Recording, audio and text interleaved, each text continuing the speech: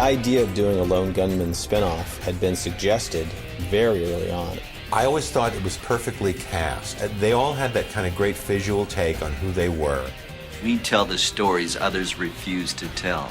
I'm Bruce Harwood. I play Byers. I'm Dean Haglund. I play Langley. I'm Tom Braidwood. I play Frohickey. And we're the Lone Gunmen. Actually, the Lone Gunmen were introduced onto the X-Files in the first season in an episode written by Glenn Morgan and James Wong called EBE. We're talking about a dark network, a government within a government, controlling our every move. I went in, I auditioned once, I got the part. I didn't think much of it. And then they just kept calling me back for one day here, one day there, playing these characters. All right, what do you know about the Gulf War syndrome? Agent Orange of the 90s. Artillery shells coated with depleted uranium. Jim Wong and Glenn Morgan, who created the characters of the Lone Gunmen, had a little difficulty casting the character of Frohickey. They had already cast Bruce Harwood as Byers, and they had cast Dean Haglund as Langley, but that third character was kind of elusive. Hey, Frohickey, can I borrow those? If I can have Scully's phone number. Glenn Morgan and James Wong had written them to sort of become the kind of even more paranoid group than Agent Mulder. In fact, that's the way they were billed, as the paranoids. These are unlikely heroes, not only in their characters, but in the actors we cast. And that's, for us, the fun of it. They were funny. They ended up becoming, for the writers subsequent to that, a kind of comic relief. We'd always go to the Lone Gunmen when we wanted strange and weird facts, information. That is a Eurasian cluster fly. They infest vegetation like apples or cherries and can inflict a great deal of damage to crops. Each episode that we got as the gunmen in those little early years were feeding the next one. So the information that we got from the first one would inform the character choices which we would make for each following episode. The Lone Gunmen were very popular among the writers on the show, and we were always looking for ways to bring them back. Ironically, they almost were no more in season 4, because Glenn and Jim, who had returned to the show for a number of episodes in season 4, had written an episode called Musings of a Cigarette-Smoking Man. The end of that episode originally had Frohickey being killed by the cigarette-smoking man, shot in the head. We were all very upset, all of us who were on the show and going to stay on the show. We didn't want these characters to go. And so we made our case to Chris, and if you watch that episode again, the music actually sort of ramps up to the moment when Frohickey's about to die, and then it's almost like it goes back in reverse, like that moment was supposed to happen but didn't happen. But not today. We were all glad that they got a reprieve and lived another day. So at the beginning of season 5, we were without David and Gillian for a number of weeks because they were still filming the X-Files feature film. Run. And so we had to find ways to start the series so we could debut in time in the fall, but not have their characters.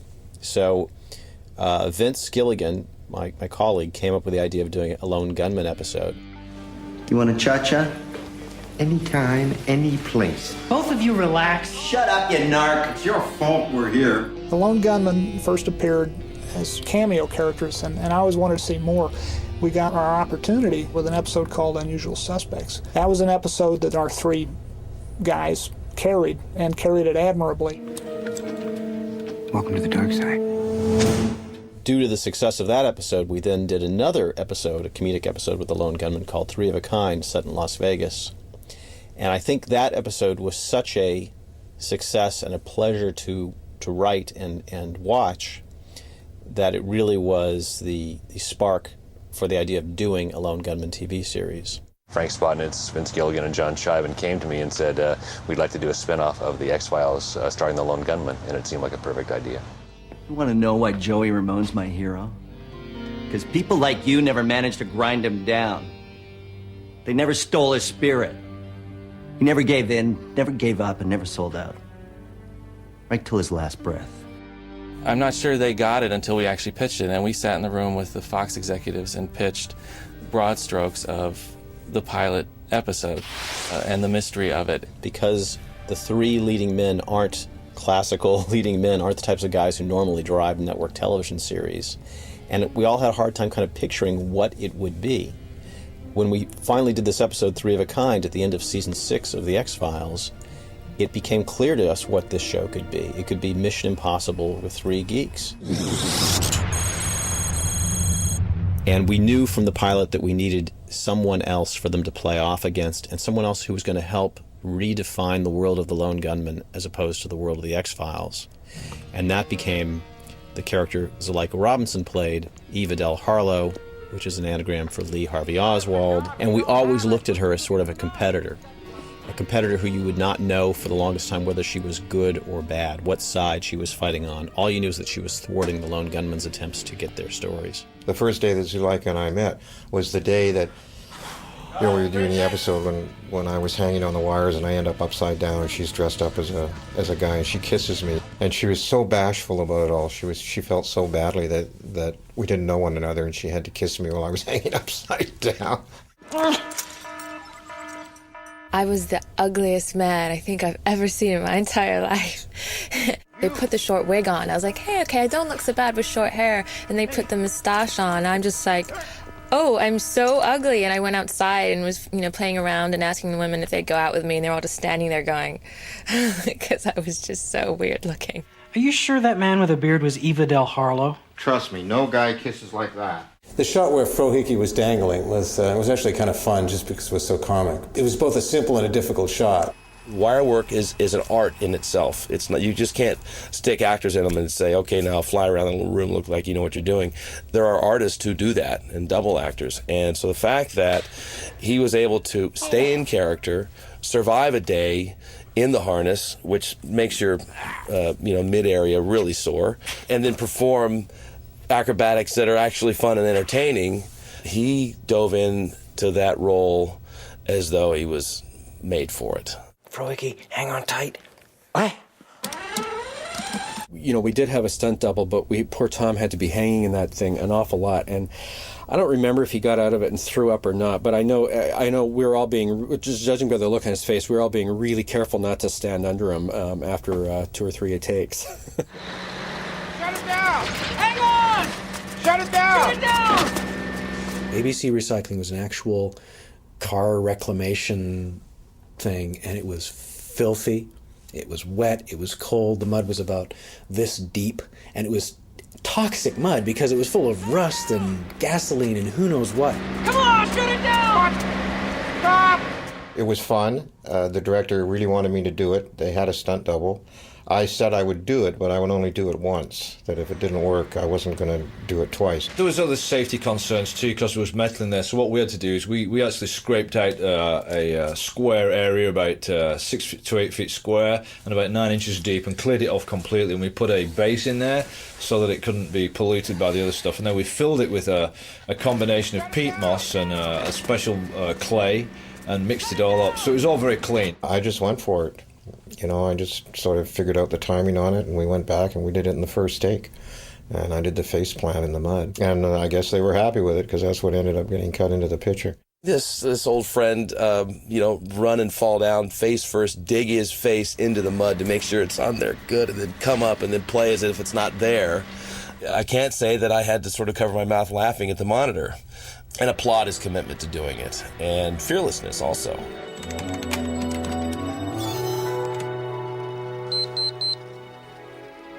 Byers, your flight's gonna make an unscheduled stop. The corner of Liberty and Washington, Lower Manhattan. The World Trade Center.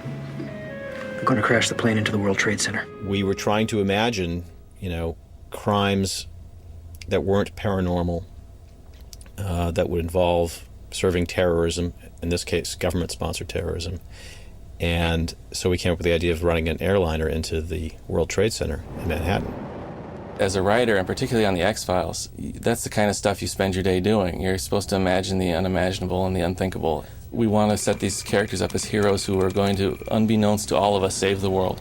What would be a terrible, horrible thing that could happen, unfortunately, was the World Trade Center.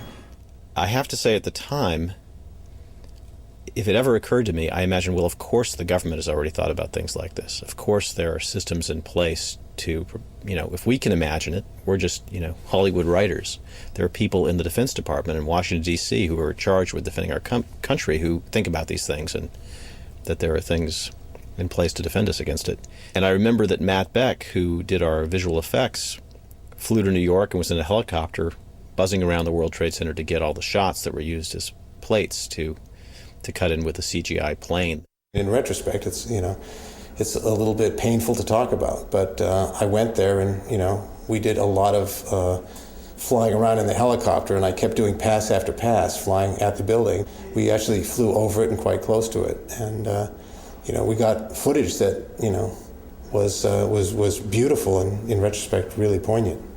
We got special permits at the time to go into New York City, to have a helicopter shoot at night heading towards the towers. I mean, it was, the difficulty in just mounting that and getting the authorization to do it. And here, months later. And the morning of 9/11, I was directing an episode of The X-Files, and I woke up to see that on television, and my first thought was the Lone Gunmen.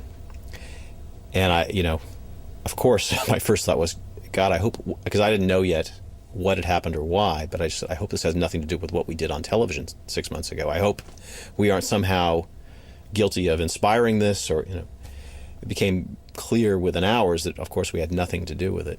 But it was a terrible, obviously very terrible feeling. When you live in and work in a world that has so much imagination, and then when reality just comes and sort of slaps you in the face, it's scary. I actually couldn't bring myself to even look at that episode again until I sat down to prepare for this interview today.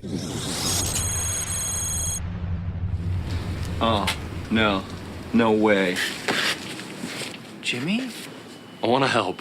After looking at the pilot, which we were pleased with, we realized we needed one other character, because the Lone Gunmen, even though we had staked out separate positions for the three of them, they all basically know the same thing. They all work for the same newspaper. They all have the same beliefs about conspiracies and the same knowledge about computers.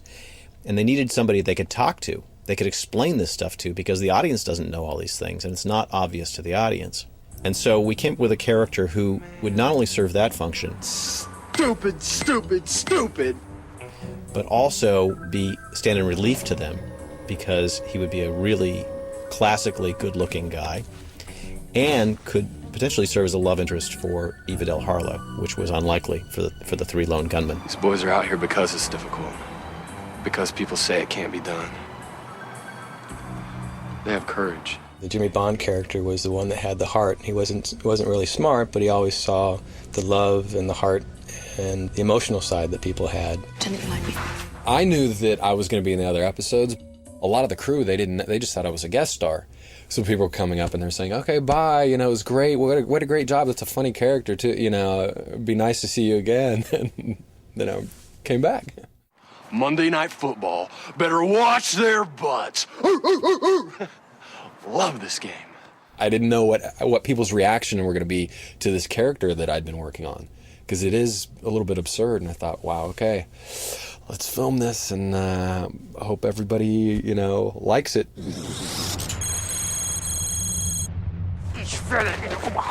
I will never tell you. You'll never find her. I love the teaser for Eine Kleine Frohig, harkening back to the old Fox movie tone news. And I love the way our special effects team, led by Matt Beck, mixed old movie tone footage with this really high-tech computer animation, maps and stuff of Europe during the war that segues beautifully. The child's father was this man. You're thinking Frohike could pass himself off as the long-lost son? And bring the poisoner of Alsace to justice. Those of us who wrote for the show were geeks in the best sense of the word, in that a geek is someone who's very passionate about a very small area or minutia, whether it's computers or cars. And I was always a film geek in a lot of ways, and this was an opportunity for me to bring a lot of influences and play with them. No thanks, Mom. I'm not hungry. You have not eaten a thing since you got here. This is made special just for you. I'd always been a big fan of the Ealing comedies of the late 40s and 50s, the British comedies, Alec Guinness, etc.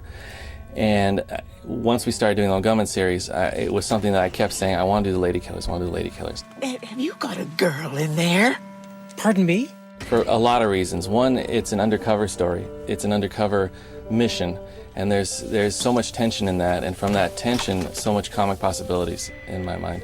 Just the character Frohike is such he's driven, He's a little bit of a curmudgeon, and the idea to put him in a situation where he has to be a fish out of water and maintain another identity, I just knew it would be fun. But it was so much fun to do, and playing with Ruth Manning from New York, who played the old German Frau, she was just a delight. She was absolutely a fantastic person to work with.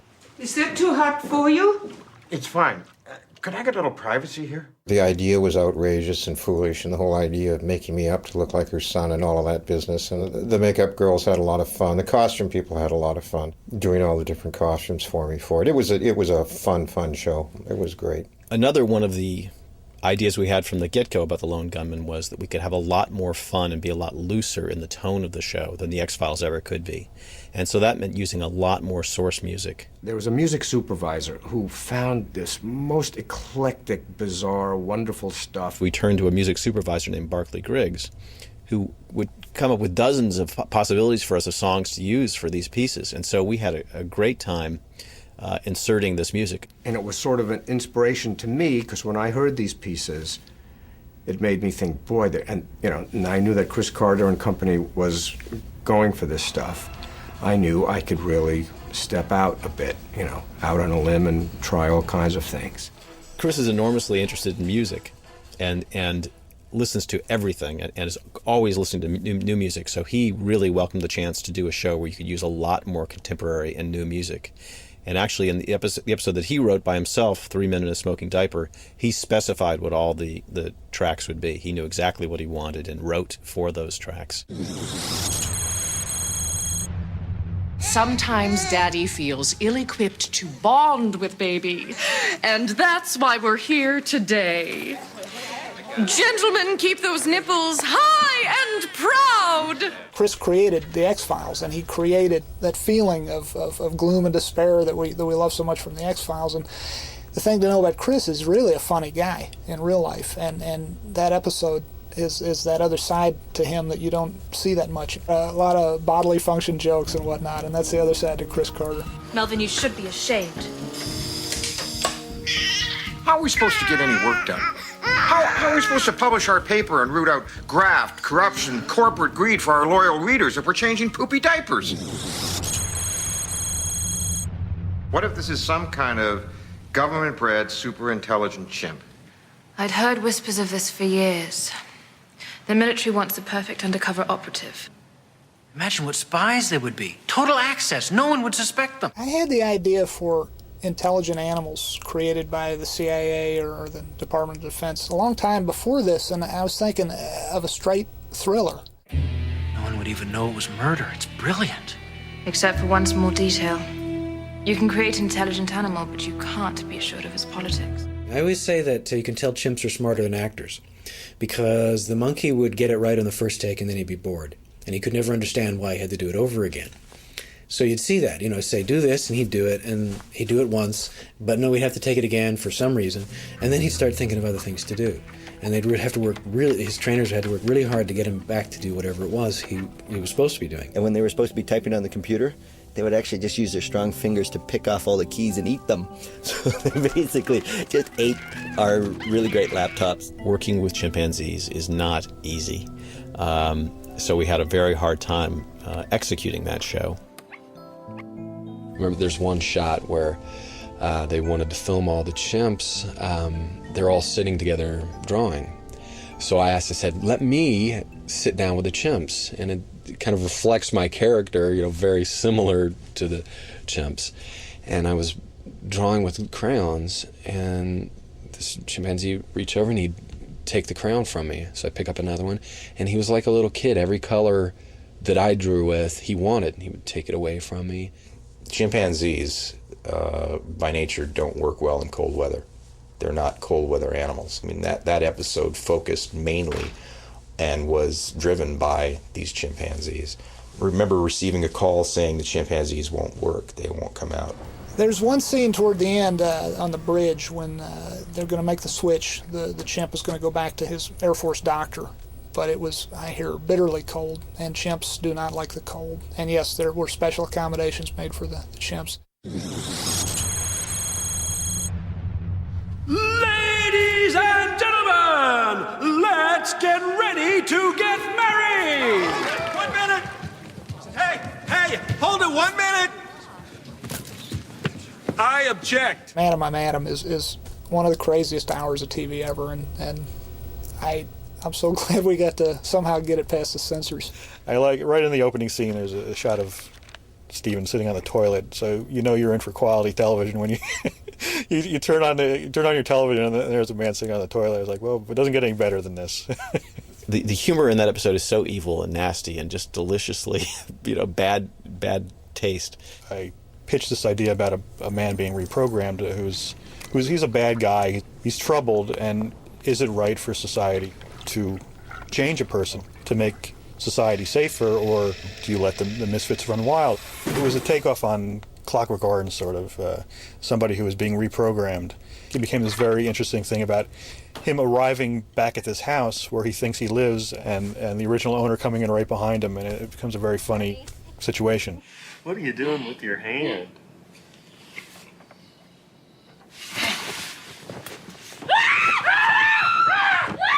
Tom Schnauz, who has a deliciously perverse sense of humor.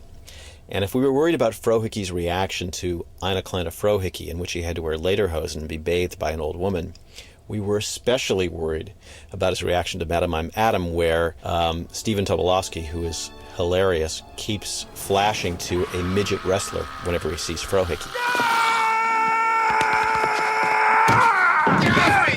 Tom Braidwood is truly a class act. He's a guy who put up with a lot of indignities, to say the least, during the making of this series, and we, God bless him for it, because some of those moments are absolutely the funniest moments in the series. We actually shot quite a long sequence of a fight, of a wrestling match in a ring that they had to have for video, and I brought in a stunt guy we have who's was an ex-jockey. So he's the right size for this kind of thing, and he's pretty tough.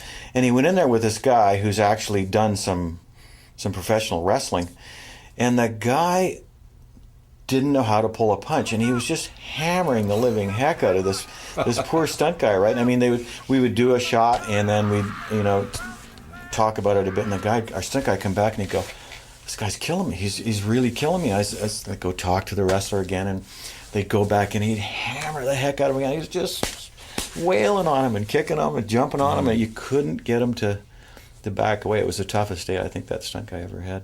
My whole life is gone. There's strangers living in my house.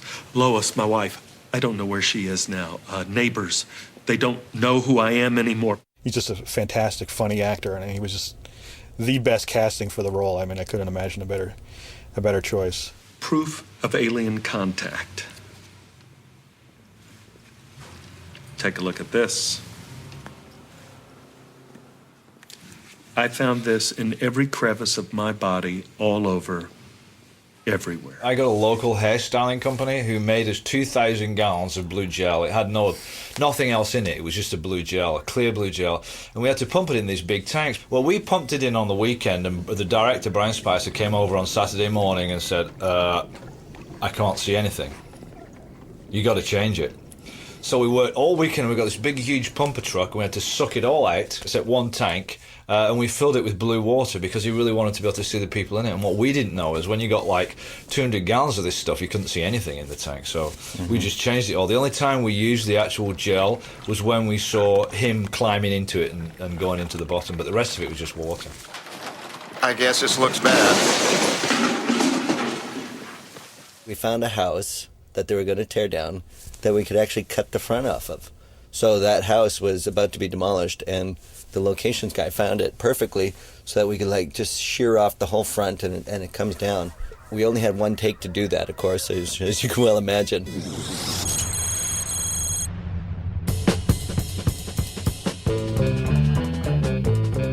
Did you let him see your face? Here he comes.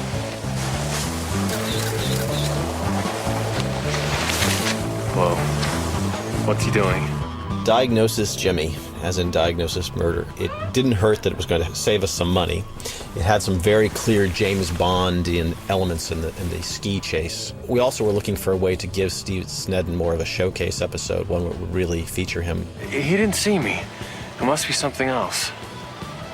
I'll find out what. We actually got to go up in Vancouver, up on a mountain, actually film for 2 days up in the snow, which is another challenge. I'd actually never shot in the snow before. It was fun. Action.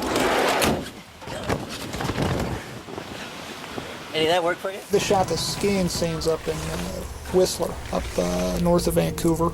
I think that was one of those situations where we wrote Jimmy and Eve skiing before we ever asked the two actors, Zuleika or Stephen Snedden, whether or not they could ski. The scene where I ski into the tree. Of course, I just kind of ski a couple feet, and then they put in someone, and he skis, and there's a rope that yanks him back. I was blown away. I kept thinking he was gonna, if he just leaned forward too far, he'd hit himself in the nose. Yeah, Jimmy had a ski accident and ended up in the hospital. Gonna be all right? Yeah, sure. It's always a challenge when you have a character who's immobile, and I kept, again, going back to what inspires me, I kept watching Rear Window and thinking, how do you solve this problem? And a lot of it is what the character sees and reacts to, even though he can't move, and hears, and so we tried to build set pieces around what he sees on TV, his suspicions of the doctor, what he hears from the next bed with the old man who may or may not be the victim, etc. The toughest part was actually that they put me in a real cast. So I would have to show up, put a cast on, and then they would saw the cast off and do the same thing the next day. Say something. Testing. 1, 2, 3. Testing. 1, 2, 3. This is Walter, freaking Skinner of the FBI, and I am going to prison big time. The Lion Game was a fun one because we got to work with Mitch Pileggi, and it was so much fun to have him in that episode. Mr. Skinner, would you please explain what is going on? You three are interfering with an FBI sting operation. That's what's going on. You put an undercover operative in danger. At 1013, we'd always been against crossovers. We resisted them throughout the run of Millennium. They'd been suggested numerous times, and we never did one. Only after Millennium ended did we bring over Lance Henriksen to the X-Files. But with Lone Gunmen, our feelings were completely different. We thought crossovers would be fun because it's comedy. It's a completely different genre. So, what's on for tonight? Who do we... What evil deeds are afoot? It was so good to see Mitch get to be funny because Mitch in person is hilarious. He's absolutely not Assistant Director Skinner. Aura, buddy, come on. Okay, that hurt. He's playing me, playing him. The funny thing was, Mitch is such a nice guy, and he watched tapes of me and my performances. Can I get anybody anything? Yeah. What the hey? I'll have a Cuba Libre.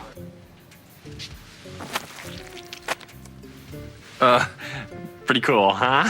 We had, of course, Mitch, who's a trooper, a really great guy to work with, and we lined him up and we shot him with and without a terrible mask. And then, in order to make the sequence work, we actually had to take footage of him performing and track it onto a computer-generated face, so that we had control over the surfaces, and that allowed him to actually deliver a line and then have his mouth pull off and deliver a line again. Frohickey, the radar composite is in the CD. Get that CD.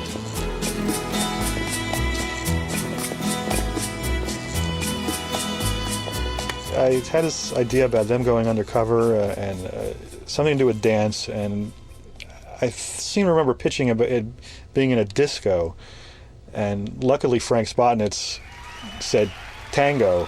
The tango episode is one of my favorites because it gave Zuleika Robinson so much to do. I know she loved doing it, and because it got to deepen the romance between her and Jimmy Bond, the Steve Snedden character. The tango is such a beautiful dance, and, for Eve's character to actually do something normal. I think for me, that was the best part about the whole show. The guy they cast to play opposite me was a fantastic dancer. He was a salsa dancer. He was John Vargas.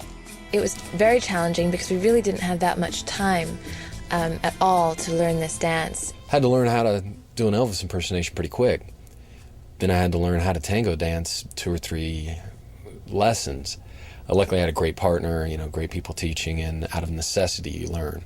But that frightened me because I'm not that much of a dancer, especially I'd never tango danced. We had to spend hours learning to tango for, what was a 30-second opening bit or something like that. I am a terrible dancer, and I hated learning how to tango. The woman I danced with in the teaser was the woman who taught me, and she was really good. It was nice because all I had to do was stand up straight and do the basic moves, and she would dance around me. This crash course in learning how to dance, and of course once the guys learned that, well, really in the tango, a woman does all the work and you just stand there like an idiot and look good. Depending on how good she dances, that's how good you look in the end. I don't want to brag, but that was me doing the splits. I have a bit of dance training in my background. Not that you can tell from that shot, but I did 4 years of modern dance and 3 years of ballet as a double major with my theater degree. So when they said, oh, just make up any sort of dancing you want, that is the result of thousands of dollars of tuition. Así que, regresa al gran lobo, eh? One of the funny ideas of that script was that Frohike was in fact this incredible tango dancer, and that he had this very hot Latin lover that he had abandoned, and then he had to go back and pick up the mantle again, which was just hilarious. The idea that Frohike had this deep platonic relationship with this woman was kind of fun to work on. It was enjoyable. ¿Por qué regresaste? Forbear by law.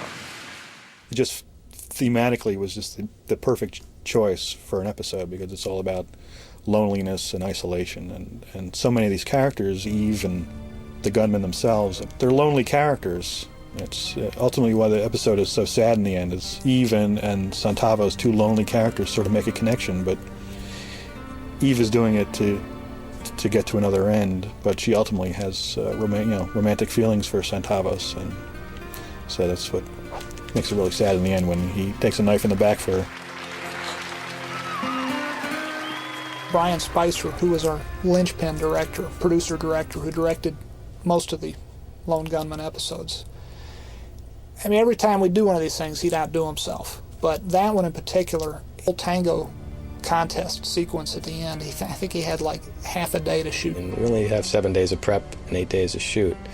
And the script was changing as we were going, and it was challenging, but I learned a lot about tango and dancing, and we were able to, again, utilize the camera movement, really make it sexy and really make it flow and make it a really unique piece. I got choked up every time I watched the final dance with her and Steve Sneddon.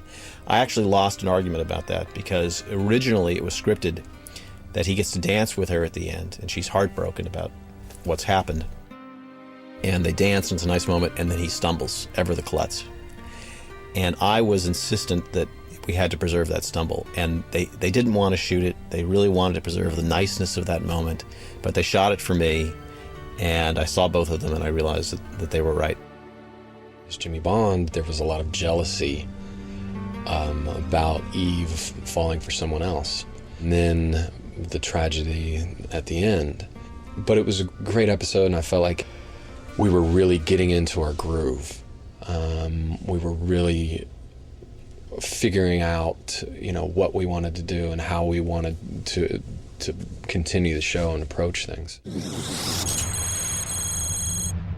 Our strongest episode, in my opinion, is All About Eve, the one that should have ended the series. See that it gets to Agent Mulder. All About Eve was kind of, the beginning about All About Eve, and we never really got into it that much. We find out that she has a father, and he's this kind of ominous presence. What about Romeo 61? Someone who's been looking for me for quite some time now. Which means if we can't track down buyers Frohike and Langley ourselves, they'll kill them. It took a while for the character to find itself.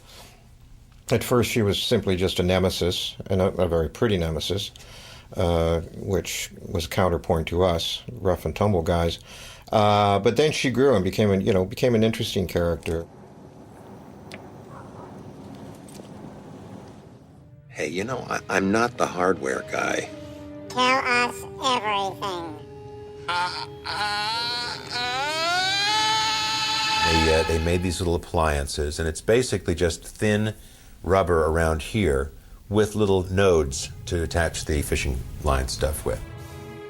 We're betting that you need us. Oh, and why's that? Romeo 61. You're scared of it, aren't you?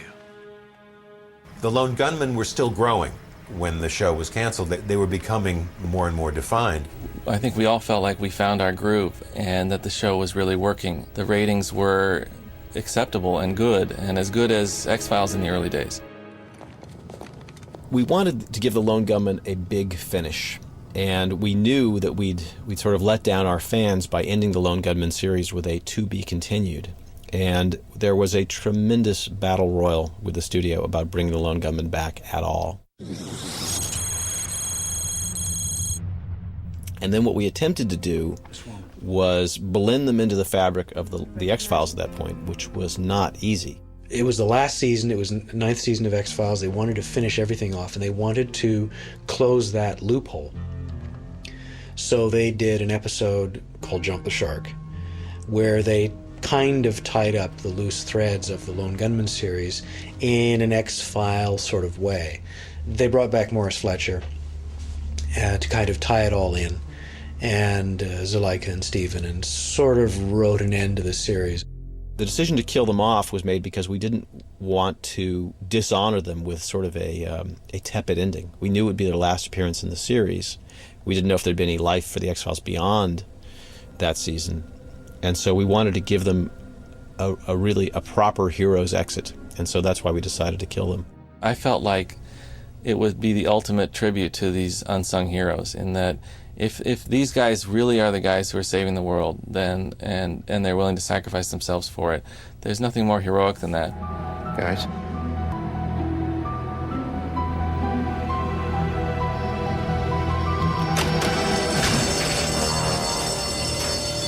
You know, I was actually quite thankful that we got an awesome death scene, because it was, you know, if we didn't, it would just be, oh, the gunmen walk off into the sunset with a stick and a hobo bag. You know, that would have been just kind of a lame send-off. So it was something heroic and phenomenal.